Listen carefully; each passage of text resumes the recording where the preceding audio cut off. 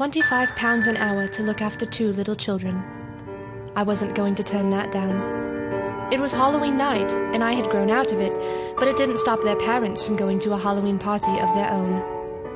I followed Janet upstairs. She whispered as she opened the door to Bobby's room. "That's Bobby. He won't cause you any trouble. He sleeps through the night."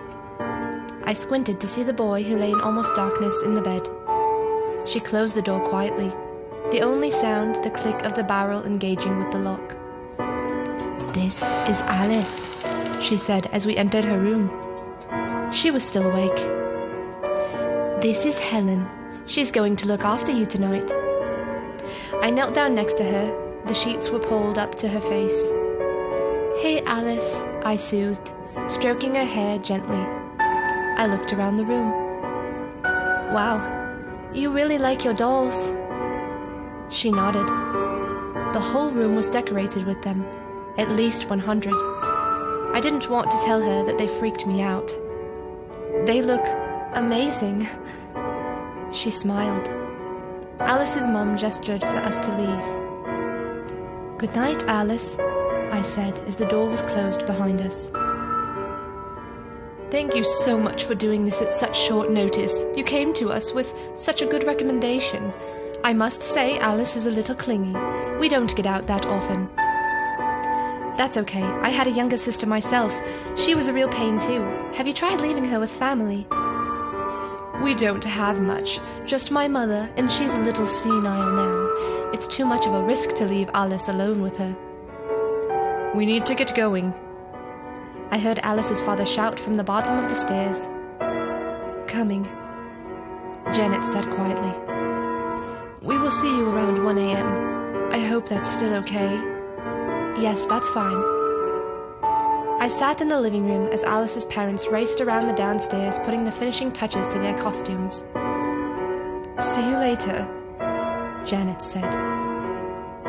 The dad hovered for a moment as if conflicted. "Alice," he said before stopping, "she's a little different.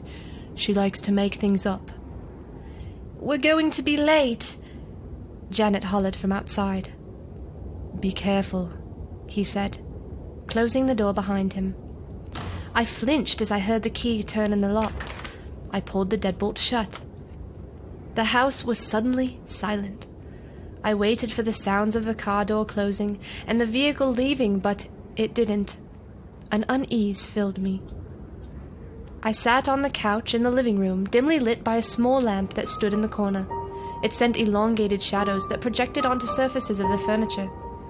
I checked my Twitter feed for a bit, feeling at a loose end. There was a knock at the door. It startled me. I got up and checked the spy hole, expecting one of the parents had forgotten something. Instead, a small boy stood there. I placed my phone on the table in the entryway and picked up the bowl of sweets, then unlocked the door. I squatted down. "Hello there. Would you like some candy?" I thrust the bowl out in front of him. He took a second to look down, and then his gaze returned to mine. He violently shook his head. "Okay. Where are your parents?" He stood in silence. In a whisper, he asked, "Can I come in?" "I don't know who you are, sorry. Do you need me to call someone?" I turned to pick up my phone. "Do you know your parents' number?" I asked. When I turned back, the boy was gone. I swiftly shut the door and scanned the house. I wondered if the child had rushed inside when I wasn't looking. I returned to the couch, wary that an intruder might be in the house. Before I could get back to my phone, I heard footsteps on the stairs. Alice emerged. "I'm scared," she said. I saw the growing dark patch in her pajamas. "Oh, honey, it's okay," I said, jumping out of my seat and running over to hug her. "What happened?" "Bobby," she said. I stepped back. "Did he come into your room?" She nodded. Let's get you cleaned up."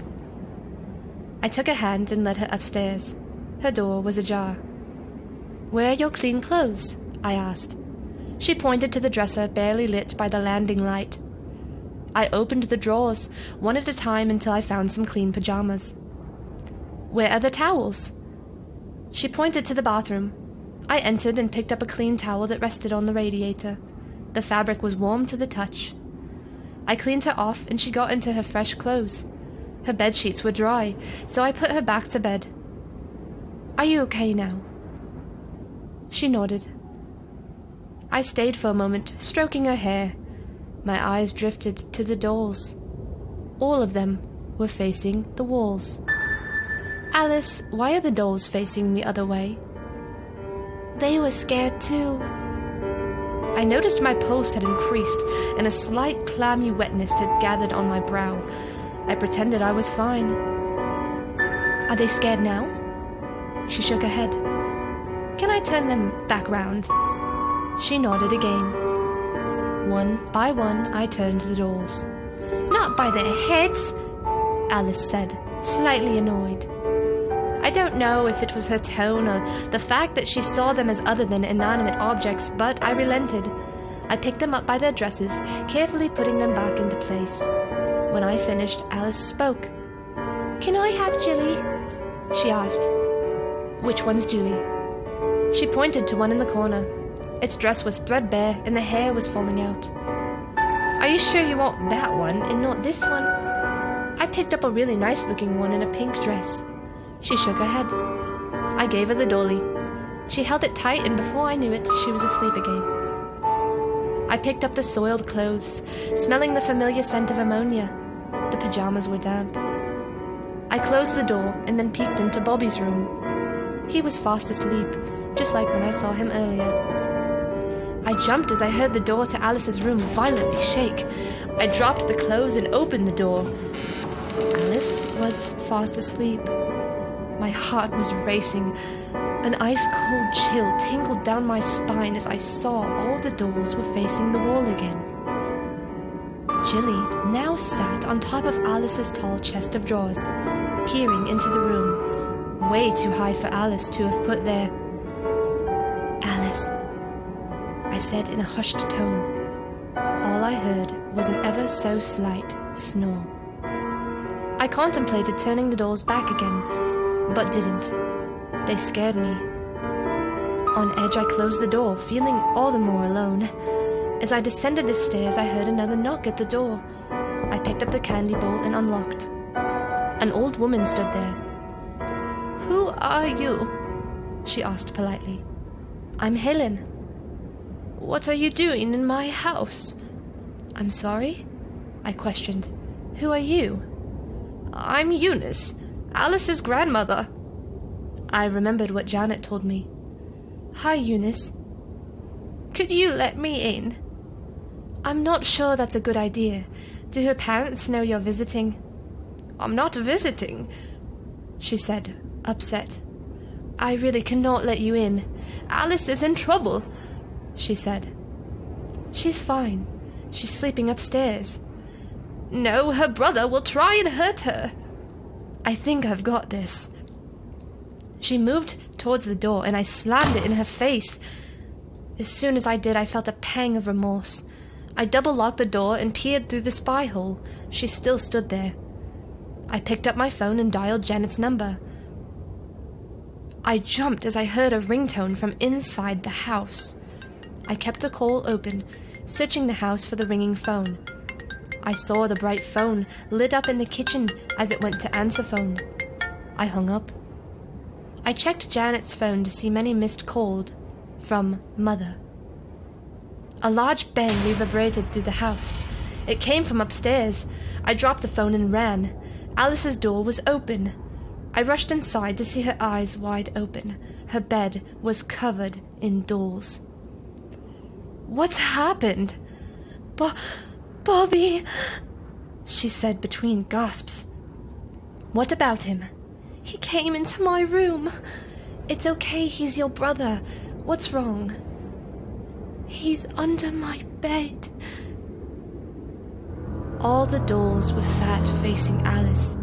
She couldn't have done this herself and gotten into bed. I knelt down and peered under. I jumped when I saw a pair of eyes staring back at me. It was Jilly. "It's only Jilly," I said, picking her up and giving her to Alice. She shook her head before hugging it tightly. Apprehensively, I returned my gaze. There was something else under there, breathing heavily. "Bobby?" I asked. Another set of eyes opened. My body went numb. Petrified, I asked again, "Bobby, is that you?" He nodded. "Why is she scared of me?" "I don't know," I said, lifting my head up. "Why are you scared of Bobby?" She began to cry. I looked under again. "Will you come out?" He wasn't there. I ran into his room and turned on his light. He was still asleep in his bed. "Bobby?" I asked, knowing I didn't want to know the answer. Gently, I pulled back the sheets. He didn't move. I placed my hand on his shoulder and turned him onto his back. I screamed. I heard footsteps rush up the stairs. "You saw him, didn't you?" Janet said from the landing, her eyes pregnant with tears. I stood there, my lip quivering. "She saw him, Harold." "You did?" the father asked. Janet held her hands together in delight. I stole a final look at the mummified body in the bed. "What did he say?" I said nothing. "Helen, please, tell us." Why is Alice scared of him?" "Alice saw him?" They rushed into her room. I didn't know what to do. Why were they here? What the fuck was in the bed? Janet shrieked. As if pulled out of a daze, I ran into Alice's room. The dolls were gone, and so was Alice. "Where is she?" Janet shouted at me. I don't know. She was here a minute ago. I was just in here. "What did you do to her? Why are her pajamas on the floor?" Harold blasted. "She wet herself," I said in defense. "Bullshit!" I ran down the stairs and stopped as I looked in the living room. Eunice was sitting on the couch, stroking Alice's hair. All the dolls were spread out around the living room, all pointed to look at Alice. "Don't run away from me!" Harold said, plunging down the stairs. He stopped too. "Janet, she's here!" He pushed past me and into the living room. "Stop!"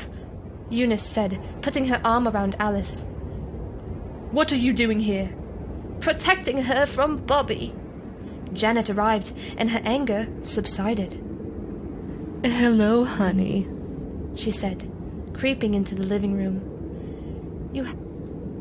You have to get rid of that thing up there." "Mother, he's only sleeping." "No, he isn't," Eunice said. "He's dead. You have to move past this." My gaze was drawn to the corner of the room. I saw a scared little boy shake. "Do you see him now?" Janet asked me expectantly. Bobby began to cry and shook his head violently. I copied him. "I think it's best you leave," Harold said. I picked up my coat, my hand shaking, trying to unlock the door. Calmly, he placed his hand on mine, taking the key. He opened the door. "Here," he said, handing me a large wad of cash. It was at least £500. "Please, don't mention what happened tonight." I nodded and ran for my car.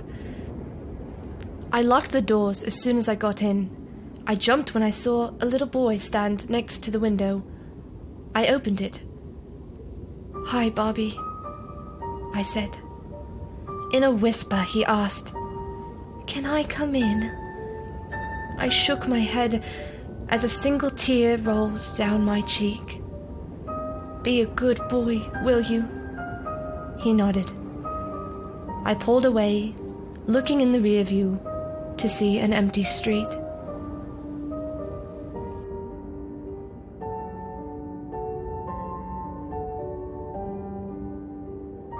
Thank you for tuning in to another episode of the Lady Creeps Creepypasta readings.